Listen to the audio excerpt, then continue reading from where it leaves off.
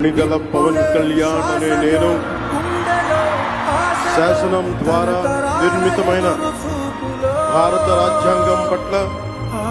నిజమైన విశ్వాసం విధేయత చూపుతానని, భారతదేశ సార్వభౌమాధికారాన్ని సమగ్రతని కాపాడుతానని,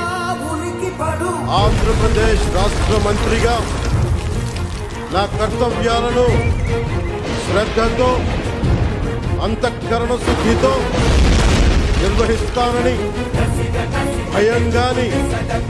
పక్షపాతం గాని రాగద్వేషాలు గాని లేకుండా రాజ్యాంగాన్ని శాసనాలని అనుసరించి